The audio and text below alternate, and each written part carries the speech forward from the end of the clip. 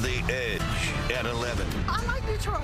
I really do. I had a very good vibe the last time, so I'm expecting the same thing this time. Welcome to the D. Hundreds of thousands of NFL fans are getting a feel for Detroit for the very first time. And it's our time to make Motown shine. The NFL draft is also bringing popular athletes back to the D. And guess what? They're sharing their love for our great city. Fox News' Dave Kinchin joins us live in Greektown on this NFL draft eve. And Dave is pumped up tonight.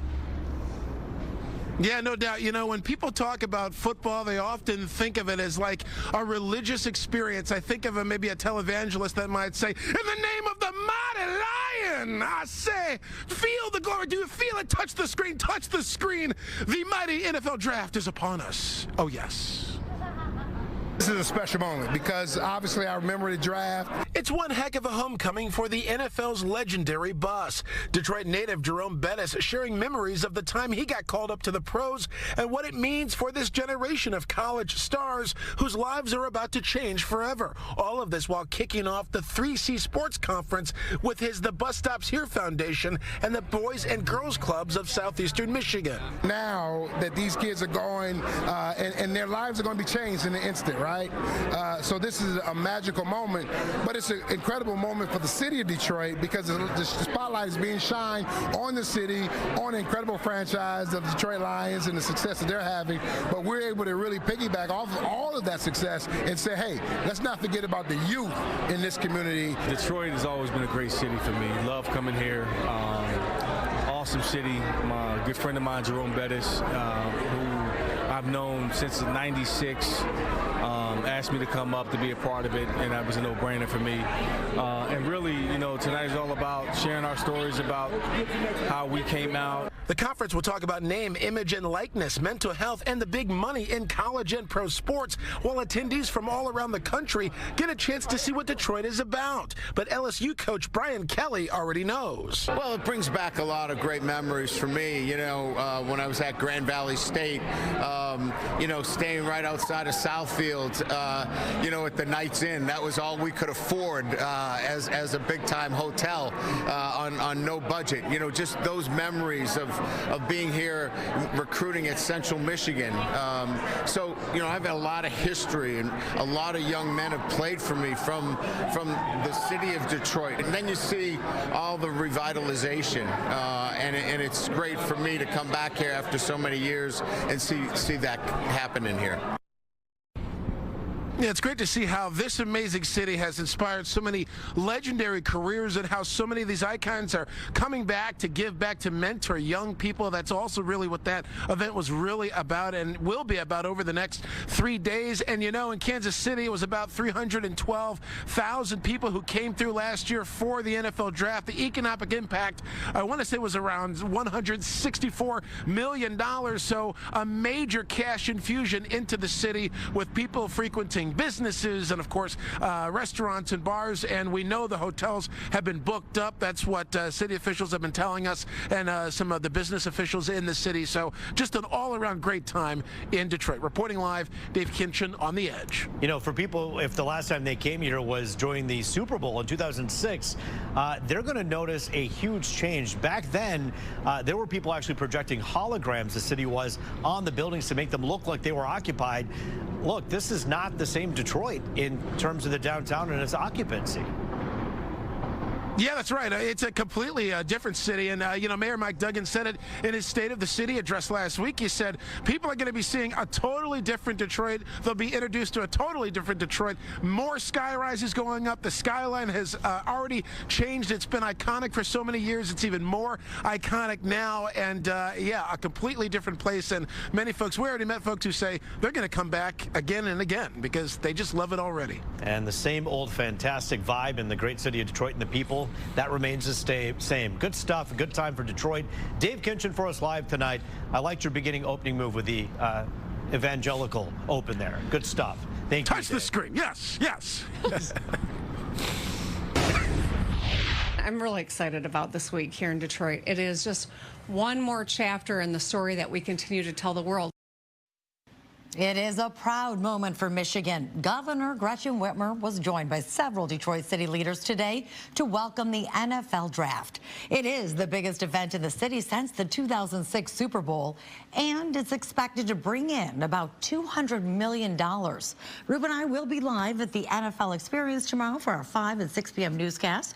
We'll be bringing you interviews from the governor, Mayor Mike Duggan, and our police chief, James White, among others. We're going to have some fun tomorrow. It'll be great. Look right forward to it. Join the party. Well, we're going to have to layer up, though, for our live coverage tomorrow. We've been talking about that all day long. The first day of the draft won't be as cold as today, but it's not exactly warm weather either. We're hoping for warmer, Rich, but what can we expect over the next few days? Sunshine over the next few days. Warmer temperatures come for the weekend. I want to show you the numbers put together by the National Weather Service up in White Lake. Here's your 30-year average of the last freeze, April 22nd, so we're only a couple days from that. Look at that, 1966, May 29th was the last freeze, and last year it was April 26th. So a cold night ahead. A lot of us are going to get down below 32. Live pictures from Sault Ste. Marie. They're at 31. So a cold night up around the locks. Check out this freeze warning in effect for all of southeast Michigan to include Metro Detroit. 49 degrees. That was reached before sunrise. 37 is our current reading. That's the low for the day. So good 8-9 degrees below where we should be. Look at these numbers tonight. It looks and feels like football out there. 36 Windsor, 36 in Howe, 30 degrees for Lapeer and for Port Huron. Thankfully, the wind has subsided. It was a little gusty this afternoon, already down to 28 in Newberry. Cold around Chicago, 37. There's 43 in Columbus. But high pressure gives us plenty of sunshine tomorrow and again on Friday. But it's going to be Friday night into Saturday when our next low pressure comes at us with some showers. You'll see it in the 7-day. Cold and dry tonight. That freeze warning in effect down to 30. 57 tomorrow. Plenty of sunshine for your Thursday. The afternoon, it's going to feel pretty nice. And then up we go. Close to 80 degrees by the time we get to Sunday. Some showers likely Saturday morning. Rupen Taryn, a full check at 4 a.m.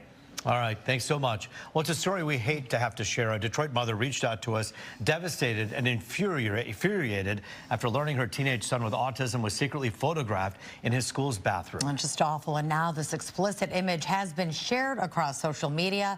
Fox 2's Jessica Dupont joining us live. And Jessica, did the school let the parents know about this?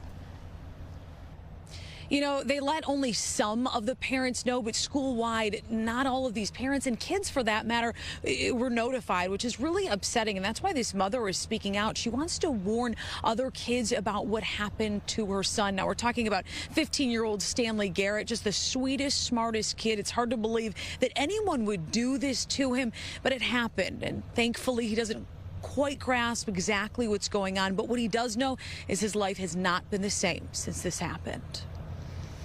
I love him so much.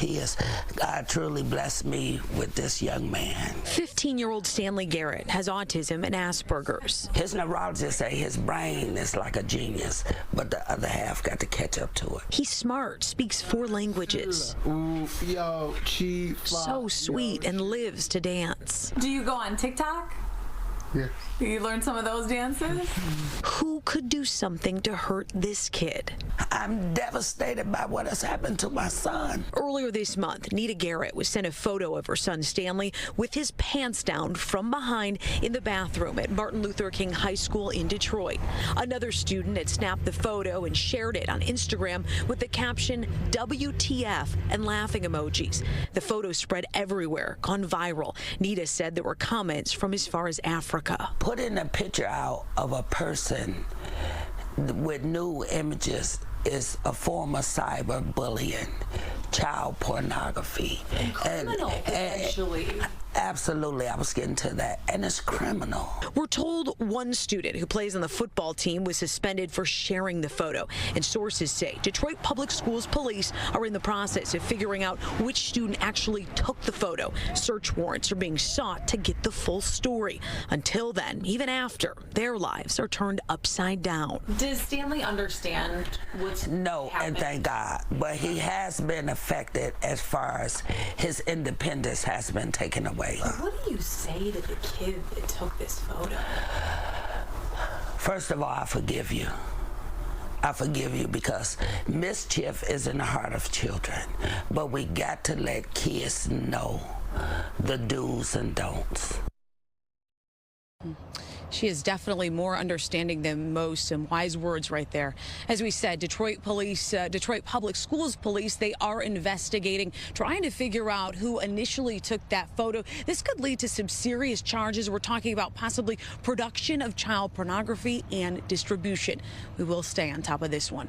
Reporting live, Jessica Dupnack on The Edge. Yes, I mean, when you take all that technology, we know that investigators have the way to be able to trace who actually put that photo out first. When you talk about charges, it sounds like this was a student, a teenager. I mean, would they be facing a felony at this point? What are you talking about in terms of criminal charges that they might be facing?